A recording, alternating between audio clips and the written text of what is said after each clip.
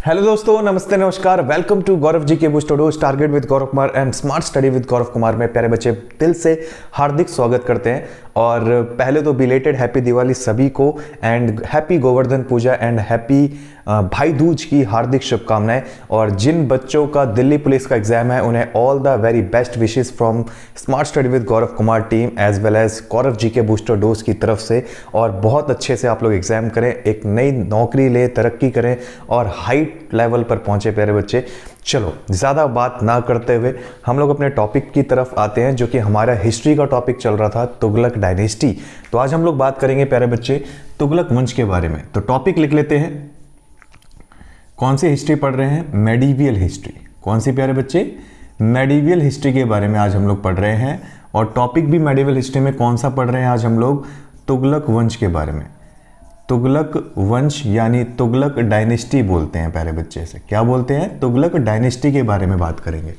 मैंने आप लोगों को इस्लामिक धर्म के और इस्लामिक कल्चर के बारे में बता दिया था। हिस्ट्री की स्टार्टिंग बता रखी है, हिस्ट्री की स्टार्टिंग कैसे हुई, किस तरीके से हुई, ये सारी चीज़ें मेरी वीडियो में जाके आप चेकआउट कर सकते हो। नया दौर नाम से प्लेलिस्ट बनी है, हिस्ट्री की सीक्वेंस ऑर्डर में आपको वीडियोज़ मिल जाएंगी। आप लोग वहाँ से अपनी तैयारी को मजबूत बना सकते हैं। और रही बात हिस्ट्री के अंदर, मैंने सबसे पहले हिस्ट्री कौन से शुरू करी? तो याद रखना मेडिवल हिस्ट्री से शुरू किया है मैंने। मेडिवल हिस्ट्री के अंदर भी मैंने सबसे पहले इस्लामिक कल्चर के बारे में बताया, इस्लाम धर्म के बारे में, इस्लाम धर्म को भारत में लेकर आने वाला बंदा मोहम्मद बिन कासिम के बारे में। उसके बाद आपको महमूद गजनवी के बारे में, फिर मोहम्मद गौरी के बारे में, और उसके बाद शुरू होता है हमारा दिल्ली सल्तनत। तो प्यारे बच्चे, ये तुगलक डायनेस्टी जो है, this is a part of Delhi सल्तनत। किसके बारे में बात कर रहे हैं हम लोग इसमें?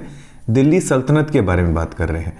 दिल्ली सल्तनत का ही एक पार्ट है जिसे हम लोग प्यारे बच्चे क्या बोलते हैं? दिल्ली सल्तनत में चलने वाला ही एक वंश है जिसे बोला गया तुगलक डायनेस्टी। इसका रूलिंग टाइम बताओगे सर? हाँ, इसका रूलिंग टाइम है प्यारे बच्चे 1320 से लेकर 1414 तक, यानी टोटल अगर हम लोग बात करें तो 94 ईयर्स का इसका रूलिंग टाइम पीरियड है, ड्यूरेशन टाइम पीरियड। इसी को हिंदी में कैसे लिखते हैं प्यारे बच्चे? तुगलक वंश लिखते हैं, तुगलक वंश। याद करने की ट्रिक बताई थी। दिल्ली सल्तनत में चलने वाले कितने वंश प्यारे बच्चे? 5 वंश थे। याद करने की ट्रिक क्या बताई थी? जी के तो सरल लगती है, जी से गुलाम खत्म कर चुके, के से खिलजी खत्म कर चुके, आज जो शुरू कर रहे हैं तुगलक वंश, इसके बाद आएगा सैयद वंश, इसके बाद आएगा प्यारे बच्चे लोधी वंश। बहुत से बच्चे कहते हैं सर ये ट्रिक थोड़ी सी हार्ड लग रही है, थोड़ी सी और इंटरेस्टिंग सी ट्रिक बता दो। तो अलग से एक ट्रिक है, गुलाब खिले तो सांस मिले। क्या बोलोगे? गुलाब खिले तो सांस मिले। ये वो ट्रिक है जिससे आप क्या कर सकते हो? ये भी दिल्ली सल्तनत में चलने वाली क्या है सर? Major 5 dynasties. गुलाब से बोलोगे गुलाम वंश, खिल से बोलोगे क्या बोलोगे? खिलजी वंश, तो से बोलोगे तुगलक वंश, सा से बोलोगे सैयद वंश, ला से बोलोगे लोधी वंश। वही चीज यहां पे लिखी थी, हिंदी में इंग्लिश में लिखा था जी, के से खिलजी, टी से तुगलक, एस से सैयद, एल से लोधी। चाहे तो आप गुलाब खिले तो सांस मिले या सांस लो, या उसके हिसाब से अगर आपसे पूछा जाए कि सर इन सभी डायनेस्टी के फाउंडर को याद करने की कोई ट्रिक है क्या? फाउंडर क्या होता है सर? संस्थापक। इनकी स्थापना किसने की थी? इनको स्थापना, इनकी स्थापना करने वाले भी कोई ट्रिक है? तो बिल्कुल याद है, याद रखोगे। कैसे याद करोगे सर? उसकी भी ट्रिक है। तो याद रखना, ऐबक, ऐबक जल गया, ऐबक जल गया खीबो से। क्या बोलोगे? खीबो से। तो इसमें जो से वर्ड है इसे तो हटा देना, बाकी ऐबक जल गया खीबो से, ये याद रखना, ठीक है जी। खीबो से वाला जो वर्ड है इसका कोई जरूरत नहीं है, हमारा इन्हीं चीजों से काम चल जाएगा। गुलाम वंश के फाउंडर कौन? ऐबक, कुतुबुद्दीन ऐबक। खिलजी वंश के फाउंडर कौन? जलालुद्दीन खिलजी। तुगलक वंश के फाउंडर कौन? गयासुद्दीन शाह तुगलक। सैयद वंश के फाउंडर कौन? खिजर खान। और लोधी वंश के फाउंडर कौन? बहलोल लोधी। प्यारे बच्चे, तो फाउंडर को भी याद करने की ट्रिक हो गई। ऐबक जल गया खीबो से, गुलाब खिले तो सांस लो, जी के तो सरल लगती है। ये सब के सब क्या है sir? This is a major dynasties, या कह सकते हो सर दिल्ली सल्तनत में चलने वाले 5 वंश के बारे में है, ठीक है। तो आप याद करने की एक ट्रिक समाज में दिमाग में रखो, जिससे आपको पूरी की पूरी दिल्ली सल्तनत को याद करने में आसानी से ये सारी चीजें याद हो जाएंगी। चले आगे की तरफ प्यारे बच्चे। हमें इसमें पढ़ना क्या है? आज हम लोग जो टॉपिक लेके चल रहे हैं इसी का टॉपिक उठा रहे हैं, तुगलक वंश। तो हमारी जो बात चलेगी सर, तुगलक वंश के बारे में बात करेंगे। इसी तुगलक वंश के बारे में जान लेते हैं कि तुगलक वंश में बेसिकली है क्या, ठीक है प्यारे बच्चे। तुगलक वंश में जान लेते हैं कि बेसिकली है क्या। चलो आगे की तरफ बढ़ते हैं। तुगलक वंश की बात करें तो एक बार लिख लेते हैं, तुगलक वंश। तुगलक वंश में अगर हम बात करेंगे तो मेजरली इसमें हमें 3 रूलर्स के बारे में स्पेसिफिक तौर पे पढ़ना है। वो 3 रूलर्स कौन से होंगे? सबसे पहला आएगा सर गियासुद्दीन शाह तुगलक। अभी मैंने आपको याद करने की ट्रिक बताई थी, ऐबक जल गया खीबों से, तो गया जो वर्ड है वो गियासुद्दीन शाह तुगलक के लिए ही आया है।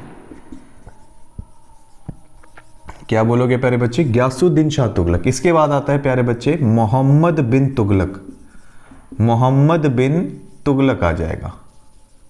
और इसके बाद आएगा प्यारे बच्चे फिरोज शाह तुगलक। क्या बोलोगे? फिरोज शाह तुगलक। अगर हम बात करें गियासुद्दीन शाह तुगलक की तो इसका रूलिंग टाइम कब से कब तक रहा? तो याद रखना 1320 से लेकर 1325 तक रूल करेगा सर गियासुद्दीन शाह तुगलक। मोहम्मद बिन तुगलक आएगा 1325 से लेकर 1351 तक, और फिरोज शाह तुगलक आएगा 1351 से लेकर 1388 तक रूलिंग करेगा प्यारे बच्चे। इसी के अंदर अगर हम बात करें तो सबसे पहला इसी को शॉर्ट में याद करने के लिए इसका जी, इसका एस, इसका टी उठा लो और बोलो GST। भारत का पहला कह सकते हो तुगलक वंश का पहला राजा MBT, MBT उठा लो इसका उठा लो F, इसका उठा लो S, इसका उठा लो T, FST। यानी कि 3 तरीके के राजा मिलेंगे आपको, GST, MBT और FST। ये तीनों की तीनों तुगलक वंश के राजा थे। सर अगर हम बात करें कि इस वंश को भारत में लेकर आया कौन, तो सबसे पहले हम लोग बात करते हैं प्यारे बच्चे गियासुद्दीन शाह तुगलक की। याद रखेंगे इन दोनों के बीच में एक आपसी रिलेशन था, फैमिली रिलेशन।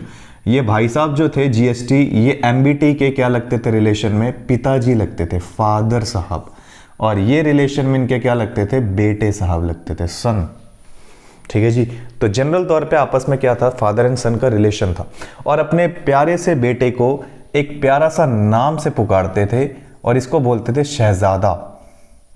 जैसे हमारी फैमिली में होता है ना, अपने मम्मी पापा प्यार से नाम रख देते हैं। हाँ भी, कभी कभार मम्मी बहुत गुस्से में हो, हाँ भी कमीने, कंजर, कई सारे नाम आते हैं, वरना राजा बेटा, लाल, बहुत सारे नाम। वैसे इनके भी निकनेम थे।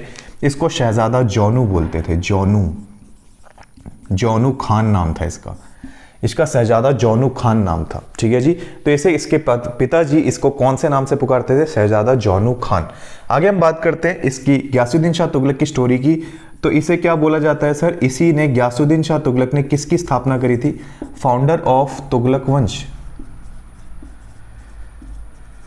तुगलक वंश की स्थापना करने वाला कौन था प्यारे प्यारे बच्चे? गियासुद्दीन शाह तुगलक। इसी ने स्थापना करने से सबसे पहले, स्थापना करने के बाद सबसे पहला काम क्या किया?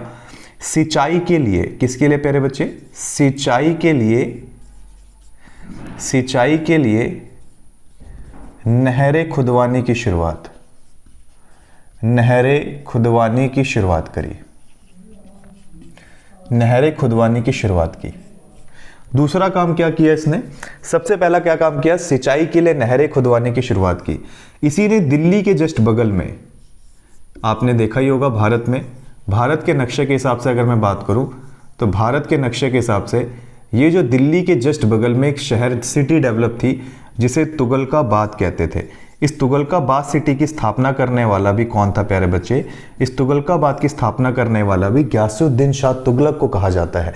यही वो राजा था जिसने तुगलकाबाद सिटी जैसी चीज़ों की भी स्थापना करके खड़ी कर दी।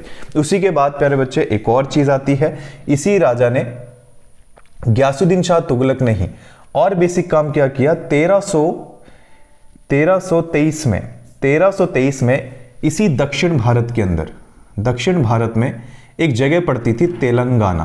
कौन सी प्यारे बच्चे? तेलंगाना। इसी तेलंगाना में क्या हो गया? एक अभियान छिड़ गया। अभियान मतलब होता है एक डिस्प्यूट हो गया। यहाँ पर आपसी मामलों में कई सारे लोगों ने आपसी में किसी चीज़ के रिगार्डिंग ज़मीन को लेकर विवाद छेड़ दिया।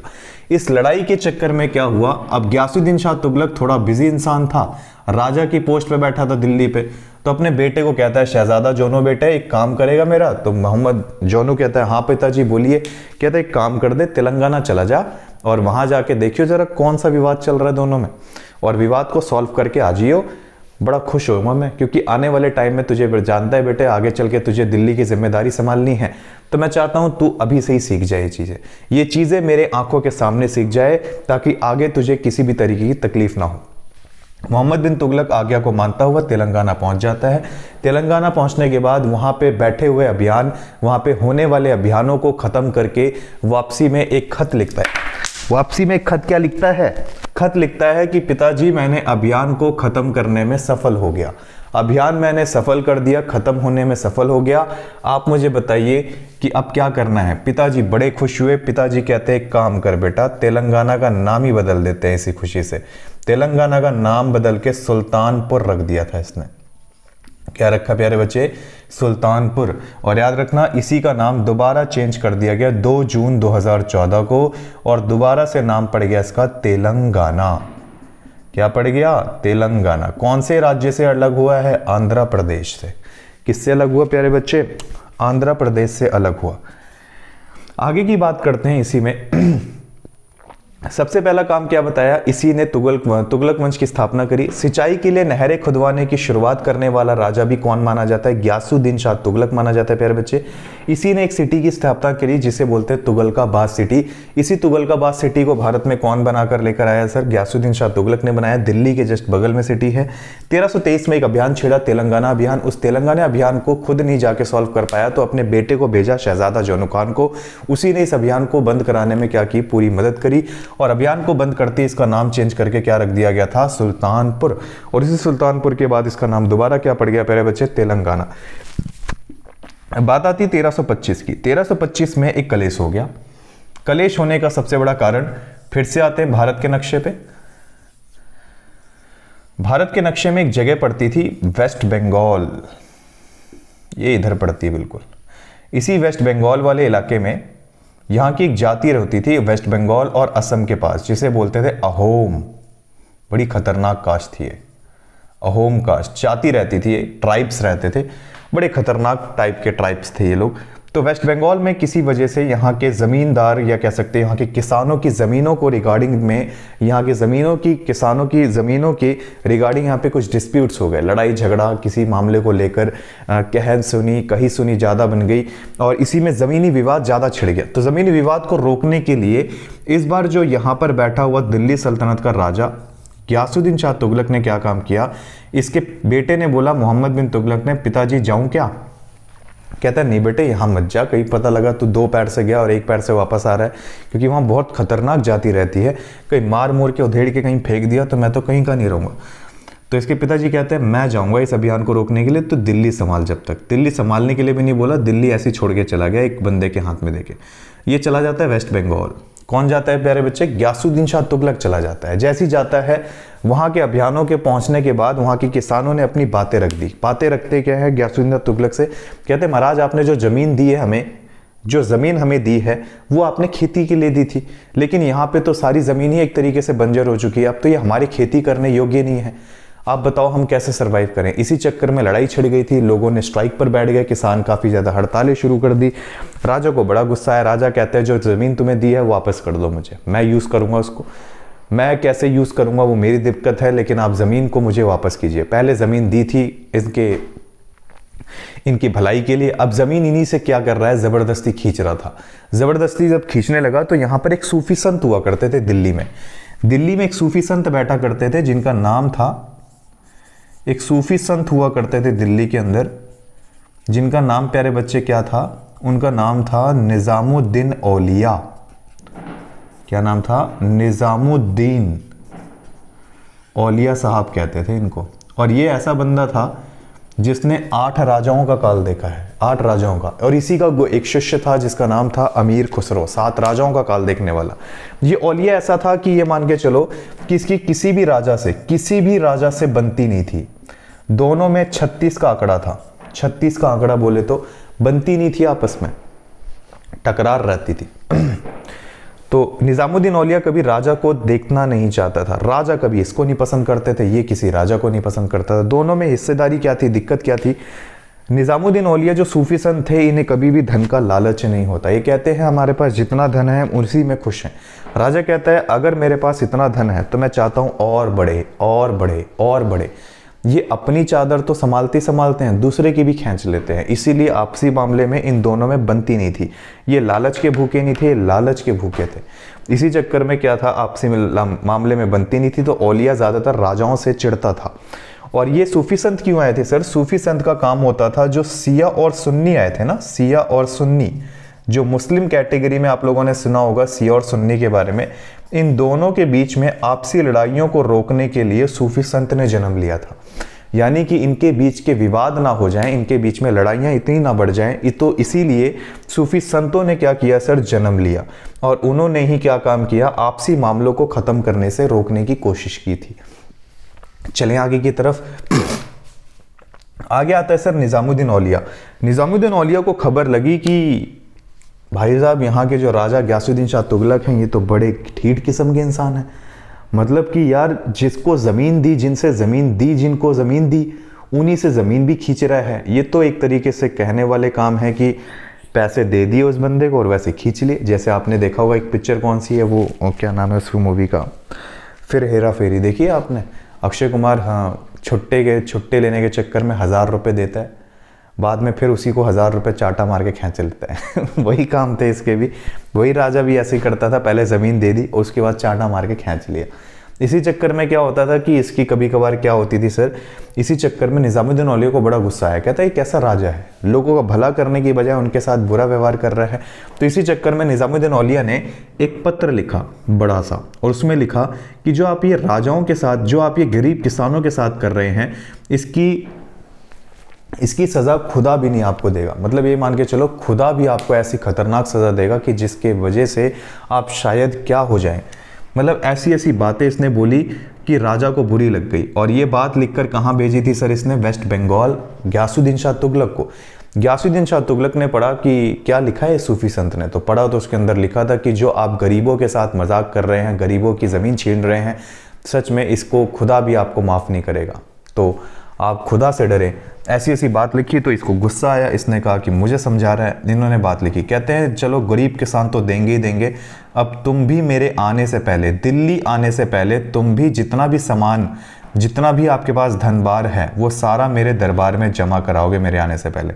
ये लिखकर भेज दिया गया किसको? सूफी संत यानी निज़ामुद्दीन औलिया को। निज़ामुद्दीन औलिया ने जवाब में लिखा कि हुनोज दिल्ली दूरस्त, एक स्टेटमेंट लिखी छोटी सी, हुनोज दिल्ली दूरस्त। तो हुनोज दिल्ली दूरस्त ये बात लिखकर इन्होंने क्या किया, एसएमएस के थ्रू सेंड कर दिया। एसएमएस नहीं चलता था उस समय, तो उस समय एक तरीके से आप तार जानते हो ना, तार घोड़े से लेके जाया जाता, तो वो जनरल तौर पे इनको भेजा गया। जब भेजा गया तो इन्होंने पढ़ा, उसमें लिखा था हुनोज दिल्ली दूरस्त। इसका मतलब था दिल्ली अभी दूर है, जब तक दिल्ली आप आओगे तब तक तो दिल्ली का नक्शा ही बदल दूंगा मैं। मतलब धमकी दे रहा था कौन? सूफी संत निज़ामुद्दीन औलिया। अब इसके दिमाग में आया कि यार ये राजा बड़ा ढीठ है, गयासुद्दीन शाह तुगलक, इससे कसर कैसे उतारी जाए, इसको अगर मैंने रास्ते से नहीं हटाया तो ये बहुत सारे गरीबों की ज़िंदगी बर्बाद कर देगा। तो इसी चक्कर में क्या किया निज़ामुद्दीन औलिया ने, अब दिल्ली में कौन था प्यारे बच्चे? दिल्ली में थे 2 लोग, एक तो निज़ामुद्दीन औलिया था और दूसरा था मोहम्मद बिन तुगलक यानी गयासुद्दीन शाह तुगलक का बेटा। मोहम्मद बिन तुगलक यानी गयासुद्दीन शाह तुगलक कहाँ था सर? वो तो वेस्ट बंगाल में है अभी। तो निज़ामुद्दीन औलिया और मोहम्मद बिन तुगलक के बीच में, यानी कि इसके और इसके बीच में, दोनों के बीच में एक आपसी रिलेशन था। उस रिलेशन को कहते हैं टीचर और स्टूडेंट का रिलेशन। स्टूडेंट और टीचर का रिलेशन था, जैसे आप और मेरे बीच में है।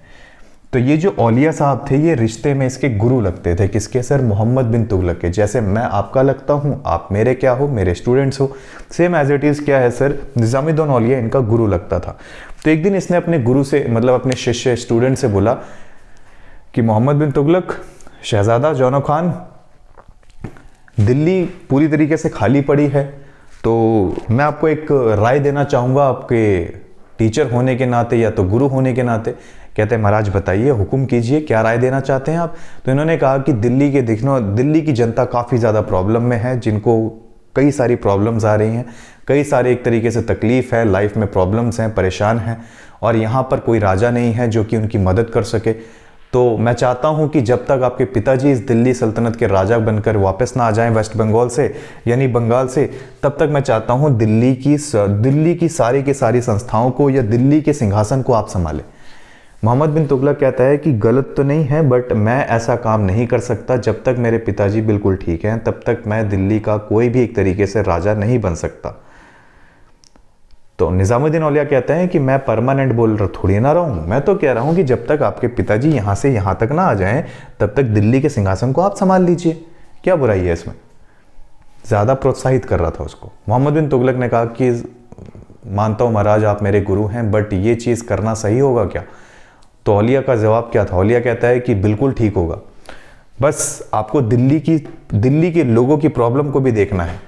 आप ही आगे चल के राजा बनोगे, तो अगर आप अभी से करना सीख जाते हो तो आपके पिताजी को तो ज़्यादा खुशी होगी कि इनका बेटे ने उनके ना रहते हुए पूरी दिल्ली को संभाला।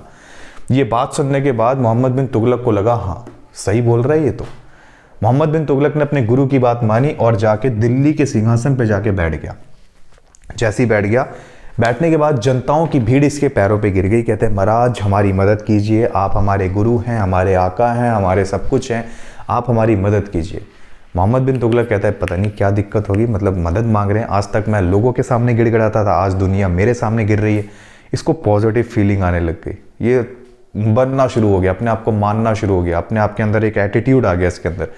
एक हफ्ते तक इसने एक ऐसे चलन को दिया और एक हफ्ते के बाद निज़ामुद्दीन औलिया आता है राजा के पास, मोहम्मद बिन तुगलक के पास। कहता है बताओ मोहम्मद बिन तुगलक शहजादा जौना खान कैसा फील कर रहे हैं सिंहासन पे बैठ के? कहता है महाराज सच बताऊं तो ऐसा लग रहा है कि पूरे देश का राजा मैं हूं, और ऐसी पॉजिटिव फीलिंग आ रही है कि जब से इस सिंहासन पे बैठा हूं सिर्फ और सिर्फ क्या है, लोगों की प्रॉब्लम्स और लोगों के भले के बारे में सोचकर खुशी मिल रही है।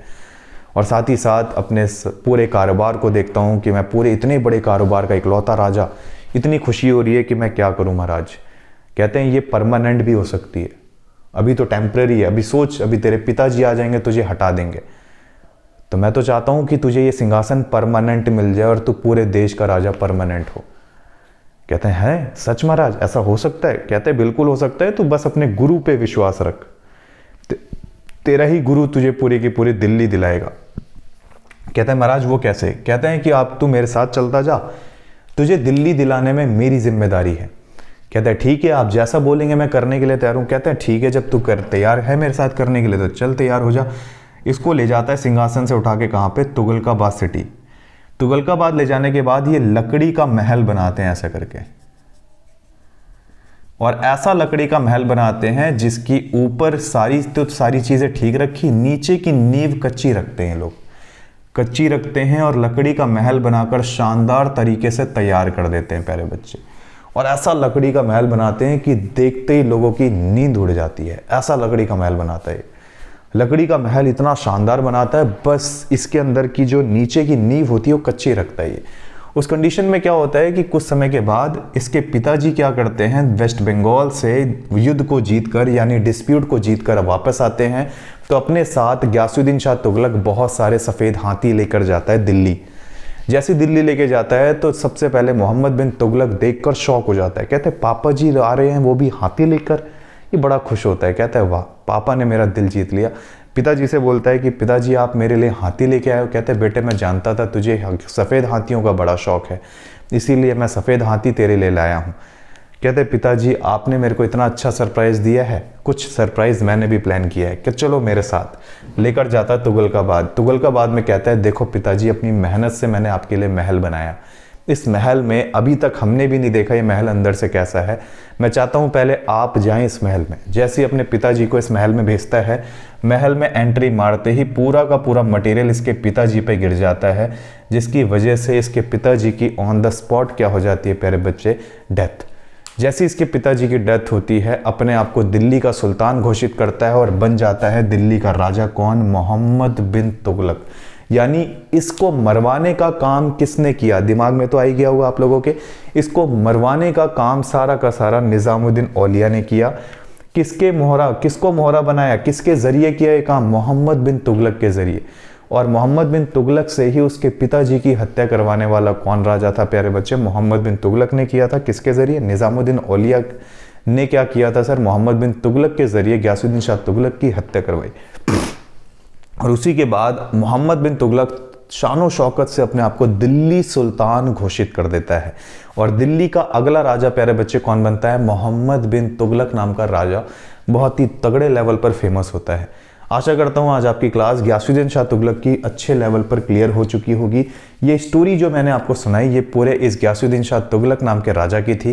प्यारे बच्चे यही जो राजा था इसी ने दिल्ली का सुल्तान बनकर इसने क्या किया था? तुगलक वंश की स्थापना करने वाला राजा गियासुद्दीन शाह तुगलक की था। तो यही वो राजा था जिसने दिल्ली में सबसे पहले सिंचाई की नहरें खुदवाने की शुरुआत की थी, तुगलकाबाद सिटी बनाई, तेलंगाना अभियान को बंद करने के लिए अपने बेटे को भेजा और इसी ने सुल्तानपुर नाम दिया था तेलंगाना को। और उसी के बाद 1325 में बंगाल अभियान को ख़त्म करने के बाद जब ये आया तो बहुत सारे सफ़ेद हाथी लाया, तो बेटे ने काम तमाम कर दिया लकड़ी का महल बना के। ठीक है जी। तो नेक्स्ट क्लास में हम लोग बात करेंगे मोहम्मद बिन तुगलक और फिरोज शाह तुगलक की। तब तक के लिए आपसे इजाज़त चाहता हूँ। जब तक के लिए आप अपना पढ़ते रहें, ध्यान देते रहें और जुड़े रहिए अपने फेवरेट स्मार्ट स्टडी विद गौरव के साथ। मिलते हैं नेक्स्ट क्लास के अंदर। तब तक के लिए सभी को good night and tata bye bye.